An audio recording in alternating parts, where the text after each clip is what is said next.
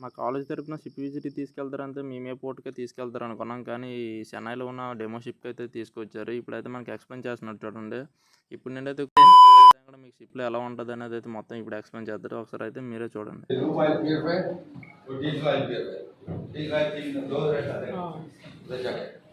ये तो अपना मेन इंजन रहता है ना, दूसरा फ्यूल पंप, दूसरा pump first stage, second stage, third, fourth, discharge. Okay yes sir. कितना स्टेज आ रहा है? 4 स्टेज आ रहा है। Section discharge, section discharge. Okay, ये बॉडी में हवा भरेगा, फिल्टर करके ठंडा पानी आएगा। ठंडा पानी से हवा गर्म करके ना, हवा ठंडा करके इंजन पे, ठीक है। गैस चल रहा है ना।